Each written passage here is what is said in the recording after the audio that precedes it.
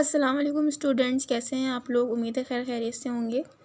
मैं हूं तहमीद अमीन और लास्ट वीडियो में मैंने आपको नज़म पढ़ाई थी दौरंगी जोश मिली आबादी की। तो आज मैं न्यू नज़म पढ़ाऊँगी। ये भी कतात का ही एक कतात के हिस्से में से एक नज़म है, सैयद अकबर हुसैन अकबर इलाहाबादी की।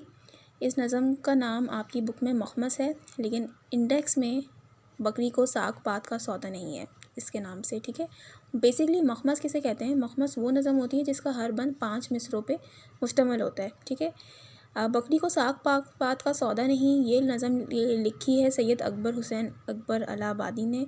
और इस नज़म को पढ़ने से पहले मैं आपको इसका कॉन्सेप्ट बताती चलूँ कि ये नज़म लिखी क्यों गई, इसका क्या मतलब है, मतलब इसकी क्या थीम है कि बकरी को साग पात का सौदा नहीं। हुआ ये था कि जब सर सैयद अहमद ख़ान ने इस्लाही तहरीक शुरू की थी, इस तहरीक में उन्होंने इस बात को ऑब्जेक्टिव बनाया था कि मुसलमान तालीम की तरफ मुतवज्जा हों। ठीक है, क्योंकि मुसलमान अंग्रेज़ हुकूमत के काफ़ी प्रेशर में आ गए थे, अंडर प्रेशर हो रहे थे।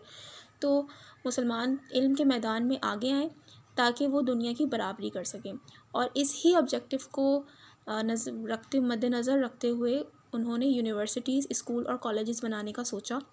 और इसके लिए उनको डोनेशन चाहिए था, तो उन्होंने उनके जो तहरीक के जो लोग थे, उनके जो पार्टी मेंबर थे, वो डोनेशन जमा करने लगे थे। तो हुआ ये कि अब हमारे जिस नज़म के शायर हैं सैयद अकबर हुसैन अकबर इलाहाबादी, इन्होंने इस तहरीक के वो थोड़े ख़िलाफ़ थे, क्योंकि वो अंग्रेज़ हुकूमत के ख़िलाफ़ थे। उनका मानना ये था कि Sir Syed Ahmad Khan British government से बहुत मुतासिर हैं और इसी इन्फ्लुएंस की वजह से उन्होंने ये इस्लाही तहरीक शुरू की। और उन्होंने एक तंज़, इस डोनेशन के ऊपर तंज़ करते हुए उन्होंने ये नज़म लिखी। तो अब इस नज़म को उन्होंने किस तरह बयान किया है, इसमें क्या क्या बात है, ये मैं आपको बताती चलूँ। इसमें सबसे मेन ऑब्जेक्टिव ये है कि जो भी उस ज़माने में जो भी लोग थे ज़िंदगी के किसी भी शोबे से, वो सब अपने काम छोड़ के डोनेशंस जमा करने लगे थे। तो उन्होंने इसी बात को अपनी नज़म में लिखा है। ठीक है, तो पढ़ते हैं कि क्या है ये नज़म। ठीक है जी, तो सबसे पहले मैं आपको शायर का तारुफ़ करवा दूँ। सैयद अकबर हुसैन अकबर इलाहाबादी, इनकी विलादत की तारीख़ भी लिखी हुई है मैंने, वफ़ात की भी तारीख़ लिखी हुई है, तो ये दोनों आप याद कर लीजिएगा। अब मैं तारुफ़ शायर पे आती हूँ। अकबर हुसैन इलाहाबाद के कस्बे बारा में सैयद तफज़्ज़ुल हुसैन के यहाँ पैदा हुए। बेसिकली जो शायर हैं हमारे, ये सैयद फैमिली से हैं, और आप लोग को मालूम है कि सैयद फैमिली हमारी सोसाइटी में थोड़ी सुपीरियर समझी जाती है। ठीक है, सुपीरियर उसे माना जाता है सैयद की, भई सैयद फैमिली के हैं। ठीक है, तो हमारे शायर भी सैयद फैमिली के थे। ठीक है, उलूम शरिया की तकमील वालिद से की, अंग्रेज़ी ज़बान व अदब पर अपनी मेहनत से दस्तरस हासिल की। ठीक है, ये एक बंद हो गया है और ये 2 पैराग्राफ हैं, आप चाहे तो और भी लिख सकते हैं। ठीक है, तो आप वीडियो को पॉज करके लिख लें इसका तारुफ़ शायर का, उसके बाद मैं नेक्स्ट पे आती हूँ। ठीक है जी, तो ये है इस नज़म का मरकज़ी ख़याल भी आप पॉज करके लिख लें एक जगह। इस नज़म में इन रुझानात पर बहस की जा रही है जो सर सैयद की इस्लाही तहरीक के नतीजे में पैदा हुए। हर चीज़ की इस्लाही तहरीक का रुख मुसलमानों की तरफ था, लेकिन इसके असरात हिंदुओं ने भी कबूल किए। ठीक है, ये पूरा मैंने यहाँ लिख दिया है। बीच में मैंने इसलिए जगह छोड़ दी है क्योंकि पीछे का मार्कर आ रहा था, तो मैंने यहाँ जगह छोड़ दी है। आप लोग देख लीजिएगा, पूरा लिख लें, वीडियो को पॉज करके लिख लें, काफ़ी साफ नज़र आ रहा है। ठीक है, चलें जी, तो अब हम चलते हैं बंद की तरफ। ठीक है, पहला बंद है, बकरी को सात पात का सौदा नहीं रहा, बंगालियों को भात का सौदा नहीं रहा, चोरों को अपनी घात का सौदा नहीं रहा और शातिरों को मात का सौदा नहीं रहा, उलझा हुआ है चंदा स्कूल में हर एक। पहले तो आप इस नज़म का हवाला बंद लिखेंगे जो मैंने लिखा है, फिर हवाला शायर जो मैंने आपको लिखवाया था पीछे, आप उसमें से थोड़े लाइंस लिखेंगे और जो तशरीह है ये बिल्कुल लिख देंगे। ठीक है, अब मैं आपको उसको समझाती चलूँ तशरीह एक्सप्लेन करने से पहले। आप पहले अल्फाज मैंने लिखे, साग पात कहते हैं घास फूस को। ठीक है, बकरी को साग पात का सौदा नहीं रहा, बकरी को खाने पीने की फ़िक्र नहीं रही अपनी घास फूस की। बंगालियों को भात का सौदा नहीं रहा, भात कहते हैं चावल को और सौदा कहते हैं ख़याल। बंगालियों को अपने चावल खाने की फ़िक्र नहीं रही, क्योंकि बांग्लादेश में चावल बहुत शौक़ से खाए जाते हैं। चावल और मछली, ये 2 चीज़ें हैं जो बंगालियों की पहचान है कि भाई बंगाली लोग चावल और मछली बहुत शौक़ से खाते हैं। और मछली तो यानी जब भी मछली होगी तो चावल ज़रूर होंगे, मछली चावल उनकी डिश है। ठीक है, चोरों को अपने घात का सौदा नहीं रहा, चोरों को अपने निशाने का सौदा नहीं रहा, निशाने का ख्याल नहीं रहा, सौदे से मुराद ख्याल नहीं रहा, ठीक है, कि आज किस कहाँ चोरी करनी है, कैसे चोरी करनी है। और चालाक लोगों को अपनी शिकस्त का सौदा नहीं रहा, और चालाक लोगों को अपनी हार का ख्याल नहीं रहा, क्योंकि चालाक लोग होते हैं वो हमेशा जीतना चाहते हैं। तो इसकी मैंने तशरीह लिख दी है, आप इसकी तशरीह पढ़ लें, ठीक है, आप पॉज करके देख लें, इसकी तशरीह पढ़ लें। इसमें भी वो यही बात है कि हर कोई अपने कामों से हट के सिर्फ़ और सिर्फ डोनेशन जमा करने में लगा हुआ है, ठीक है। नेक्स्ट पे आते हैं, ठीक है। नेक्स्ट हमारे पास है, बनियों को अखज़ सूद की फ़ुर्सत नहीं रही, मनअम, ये मना नहीं है, मनअम है, मीम नीचे है। मनअम को दारो वजूद की फ़ुर्सत नहीं रही, लड़कों को खेल कूद की फ़ुर्सत नहीं रही, कोदिन को गतर बूद की फ़ुर्सत नहीं रही, उलझा हुआ है चंदा स्कूल में हर एक। अच्छा, मैं तशरीह आपको ज़रूर एक्सप्लेन करूँगी, लेकिन उस एक्सप्लेन करने से पहले आप प्लीज़ इसके अल्फाज मैंने लिख लें इसलिए क्योंकि ये बहुत ज़रूरी हैं। बनियों को अखज़ सूद की फ़ुर्सत नहीं रही, बनिया कहते हैं हिंदू ताजर को, ठीक है। मनअम को दादो वजूर की फ़ुर्सत नहीं रही, मनअम कहते हैं काजी को यानी जज को, और मनम साहिब हैसियत लोगों को भी कहा जाता है, ठीक है। दारो वजूद कहते हैं इंसाफ़ करने वालों को, यानी कि काजी को अपने इंसाफ़ की फ़िक्र नहीं रही, और हैसियत वालों को भी फ़याज़ी की, यानी कि हम सुपीरियर हैं तो उनकी ये थॉट है ना कि हम सुपीरियर हैं, उनको भी इसकी फ़िक्र नहीं रही। लड़कों को खेल कूद की फ़ुर्सत नहीं रही, और कोदिन को गदर बूद की फ़ुर्सत नहीं रही। कोदिन कहते हैं बेवकूफ़, अहमक इंसान, ठीक है। गदरबूत कहते हैं बेवकूफ़ाना बातें, यानी कि हर कोई डोनेशन जमा करने में इतना लगा हुआ था कि वो बनिए, वो ताजर जो जिन चीज़ों के बगैर वो रहते नहीं थे, हिसाब किताब की उनको फ़िक्र ही नहीं थी।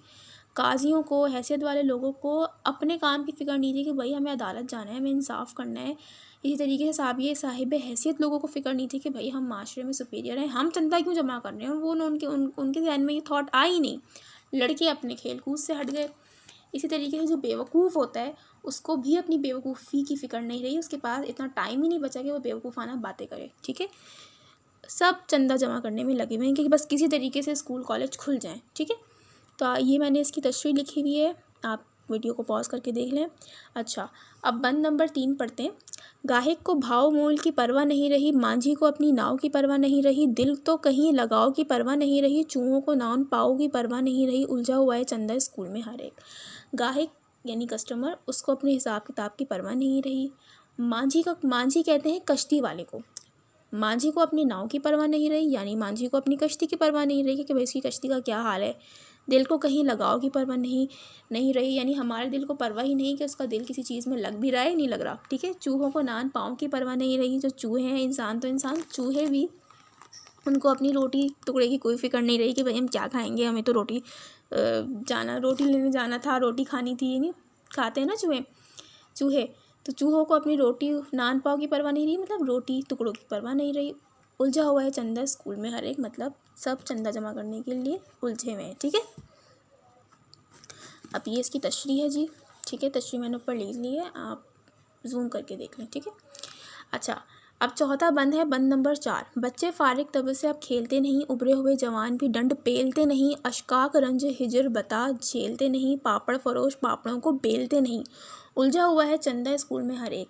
अब आप प्लीज़ इसके अल्फाज मैंने लिखे, उभरे हुए हैं जवान भी डंड पेलते नहीं, डंड पेलने से मुराद बॉडी बिल्डिंग, ठीक है, वर्जिश करना। जो हमारे सोसाइटी में जो यूथ होती है, जो यंग पीपल होते हैं, वो बॉडी बिल्डिंग करते हैं, ठीक है, आप बॉडी बनाते हैं, ठीक है, जिम जाते हैं, एक्सरसाइज करते हैं, तो उनको इस चीज़ की फ़िक्र नहीं। अशकाक रंजो हिजर बता झेलते नहीं, सॉरी मैं शायद कुछ गलत पढ़ रही हूँ, अशकाक जमा होती है आशिक की, ठीक है, उनको अपने महबूब की कोई परवाह नहीं होती, ठीक है, कि वो अपने महबूब का गम भूल गए। पापड़ फरोश को अपने पापड़ों की परवाह नहीं, बस सबको परवाह है कि किसी तरीके से स्कूल बनाने के लिए चंदा जमा हो जाए। मैंने इसकी भी तशरीह लिख दी है, अब आप इसकी तशरीह भी देख लें, ठीक है जी। लेता है कौन गर्मी दिल से खुदा का नाम, अब कौन ध्यान बांध के करता है राम राम, मज़हब को दूर ही से किया जाता है सलाम, कोठी को है फ़रोग ना रौनक है गदाम, उलझा हुआ है चंदा स्कूल में हर एक, ठीक है। अब मैं इसकी तशरीह, अब आप इसके जल्दी से अल्फाज मैंने लिख लें। गर्मी दिल कहते हैं जोश और जज्बे को, ध्यान बांधना कहते हैं दिल लगाना या तवज्जो देना, और फ़रोग कहते हैं तरक्की को, ठीक है, ठीक है जी।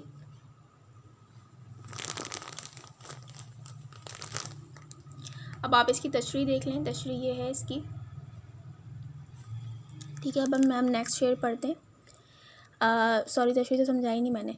हिंदू हो या मुस्लिम, सब मज़हब से दूर हो चुके हैं, ना लोगों को दिल से खुदा को याद कर रहे हैं और ना ही तवज्जो से कोई दूसरे काम कर रहे हैं। गर्ज ये कि कोठियाँ और गोदाम दोनों वीरान होते जा रहे हैं और स्कूल के जज्बे की मुहिम जारी है, ठीक है। बद नंबर 6 है कि कम हो गया है लोगों का आपस में मेल जोल, वो टोलियाँ नज़र नहीं आती, ताशे नताशे बजते, ना ढोल मजबूत पर आवाज़ परेशान, गोल मोल उलझा हुआ है चंदा स्कूल में हर एक। इसमें इसके अल्फाज मैंने लिखे हैं। गोल का मतलब होता है हुजूम या टोली, ताशे कहते हैं ढोल को, मनबूत कहते हैं दीवाने को और गोल मोल कहते हैं ऊट पटांग को। यानी इसमें भी यही मुराद है कि आपस का लोगों का आपस में मिलना जुलना कम हो गया है। वो जो हुजूम नज़र आते थे, टोलियाँ नज़र आती थी, अब वो नज़र नहीं आ रही। बस हर एक को फ़िक्र है कि किसी तरीके से स्कूल बनाने के लिए चंदा जमा हो जाए। तो मैंने इसकी तशरीह लिख दी है, अब आप लोग इसकी तशरीह देख लीजिएगा, ठीक है। मैं अब आगे बढ़ती हूँ। अच्छा, नेक्स्ट तशरीह है, नेक्स्ट बंद है हमारे पास। स्कूल ही में इल्म है जिससे है कि शरफ़, लड़का ना सीखे इल्म तो कहें ना खलफ, लेकिन कुछ और धंधे भी हैं पेश सफ़ पे सफ़, ये क्या कि सारी कौम ही झुक जाए एक तरफ, उलझा हुआ है चंदा स्कूल में हर एक। अच्छा, इस बंद में वैसे आप देख सकते हैं कि हमारे जो शायर हैं वो थोड़ा गुस्से में हैं, क्योंकि उनका इशारा ना इस तरफ है कि चंदा जो डोनेशन जमा हो रही हैं वो सिर्फ वो खालिसतन स्कूल के लिए जमा नहीं हो रही, बल्कि उसके पीछे कुछ लोग अपना बिज़नेस भी कर रहे हैं। तो सबसे पहले आप इसके अल्फाज मैंने लिख लें, फिर मैं उसको थोड़ा डिटेल में एक्सप्लेन करती हूँ, ठीक है। अच्छा, शर्फ कहते हैं, सॉरी कैमरा हिल रहा है मेरा, सॉरी, ठीक है। शर्फ कहते हैं इज़्ज़त को, ना खलफ कहते हैं नालायक को, सफ़ पे सफ़ कहते हैं एक साथ को, ठीक है। मैंने इसकी तशरीह लिख दी है। इसमें शायर के कहने का ये मतलब है कि लोग कहते हैं कि इल्म ही में बड़ी इज़्ज़त है और बरकत है, इल्म सिर्फ स्कूल में है और हर शख्स अपनी औलाद को स्कूल भेजना चाहता है और जिसका बच्चा स्कूल ना जाए वो नालायक कहलाता है, जिसे देखो स्कूल के चंदे की रट लगाए है। असल बात यह है कि स्कूलों के नाम पर चंदे की आड़ में दूसरे काम चल रहे हैं जो लोगों को दिखाई नहीं देते और सारी की सारी कौमों की आंखों में स्कूल के चंदे और तालीम के फ़रोग़ की धूल झोंकी जा रही है, ठीक है। इसका मतलब ये है। चलें जी, अब नेक्स्ट पढ़ते हैं। बंद नंबर 8। पंडित बराजमान के बनारस पे आ रहे, मरकट के शेख शहर भी नवेश आ रहे, खाली गज़ल को छोड़कर मुसद्दस पे आ रहे, हम फ़र्द थे सो हम भी मखमस पे आ रहे, उलझा हुआ है चंदा स्कूल में हर एक। पंडित कहते हैं हिंदू, जो हिंदुओं के जो होते हैं ना, आलिम वालिम फाजिल खैर वो होते हैं। शेख कहते हैं मौलवी को, ठीक है। और इसमें इस बंद में शायर ने अपने आप को बोला है कि हम भी फ़र्द थे सो हम भी मखमस पे आ रहे हैं, यानी कि जब उनकी ये नज़म मखमस पे है तो हम जो गज़ल लिखते थे, नज़में लिखते थे, हमने भी अब मखमस लिखने शुरू कर दिए हैं और जो हाली हैं उन्होंने भी गज़लें छोड़ के मुसद्दस लिखने शुरू कर दिए। मुसद्दस क्या होता है? मुसद्दस कहते हैं 6 मिसरों वाली नज़म को और मखमस कहते हैं 5 मिसरों वाली नज़म को, ठीक है। उलझा हुआ है चंदा स्कूल में हर एक। तो मैंने इसकी तशरीह लिख दी है, आप देख लीजिएगा। हिंदू मुसलमान सब एक मरकज़ से हट चुके हैं, मौलवी नो और येस कर रहे हैं, पंडित एक जगह जम कर बैठ गए हैं, मौलाना हाली और हमारा भी ये हाल है कि गज़ल की रवायत को छोड़कर मुसद्दस और मखमस लिख रहे हैं, हर एक को स्कूल के चंदे की फ़िक्र है। चलिए जी, अब इसका ना आखिर रह गया अल्हम्दुलिल्लाह हमारा। कौंसिल में नुक्ताचीनियों की टोली बहुत पिटी, अच्छा हुआ संभल गई अब यूनिवर्सिटी, बेकार कॉलेजों से भरे गाना हर सिटी, इस बिल से ये शिकायत अहबाब भी मट्टी, उलझा हुआ है चंदा स्कूल में हर एक, ठीक है। नुक्ताचीन करते हैं सबब ढूंढने वाला। अच्छा, अब सूरत हाल ये हुई है कि इन लोगों पर नुक्ताचीनी करने वालों की टोली की कल बहुत पिटाई हुई है। ख़याल ये है कि अगर यूं ही हर आदमी स्कूल कॉलेज बनाता रहा तो पूरा शहर इन इदारों से भर जाएगा, क्योंकि एक उम्दा यूनिवर्सिटी के क़याम के बाद अब नए कॉलेजों के क़याम का बिल भी पास कर दिया गया है। ये बिल दोस्तों की इस शिकायत के ख़त्म करने का बाइस है। अब हुआ ये कि जो लोग इस डोनेशन के ख़िलाफ़ थे, उन लोगों की बहुत पिटाई हुई, ठीक है। और वो लोग किस बात पे ख़िलाफ़ थे? वो इस बात पे ख़िलाफ़ थे कि अगर पूरे मुल्क में तालीमी इदारे खोल दिए जाएँ तो इससे भर जाएगा।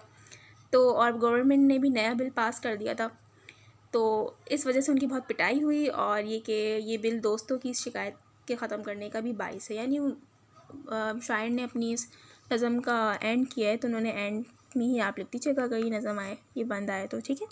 अब सवालात हैं कि अकबर ने इस नज़म में किन किन चीज़ों पे तंज़ किया है, अकबर को कौमी मसल्ला क्यों कहा जाता है, चंद जुमलों में नज़म का खुलासा बयान कीजिए। तो मैं आपको ये दिखा देती हूँ, ठीक है जी। देखिए जी, मैंने आपको ये दिखा दिया है डायरेक्ट, मैं थोड़ा याद करके लिख नहीं पाई, तो आप वीडियो को पॉज करके आप भी लिख लें, ठीक है। अकबर ने मखमस में किन किन चीज़ों पे तंज़ किया? अकबर ने मखमस में बकरी, बंगालियों, चोरों, चादरों, बनियों, मुअन्नम, लड़कों, गाहिक, मांझी, मरकट, कौंसिल वगैरह पर इस नज़म में तंज़ किया है। तंज़ और मिज़ाह के शायर थे। और ये 2 सवाल भी आप लोग देख के लिख लें, ठीक है। चलें फिर मुलाकात होगी नेक्स्ट नज़म से, क्योंकि मैंने आपकी रिड्यूस सिलेबस के हवाले से जितनी क़तआत में से 2 नज़में थी, 2 मखमस थे, वो दोनों मखमस मैंने करा दिए हैं। अब मैं नेक्स्ट पे जाऊँगी, ठीक है। नेक्स्ट में क्या है वो मैं देख लेती हूँ। तो नेक्स्ट वीडियो में हम नई नज़म के साथ मिलेंगे। ओके, जब तक अपना बहुत ख्याल रखिएगा। खुदा हाफ़िज़।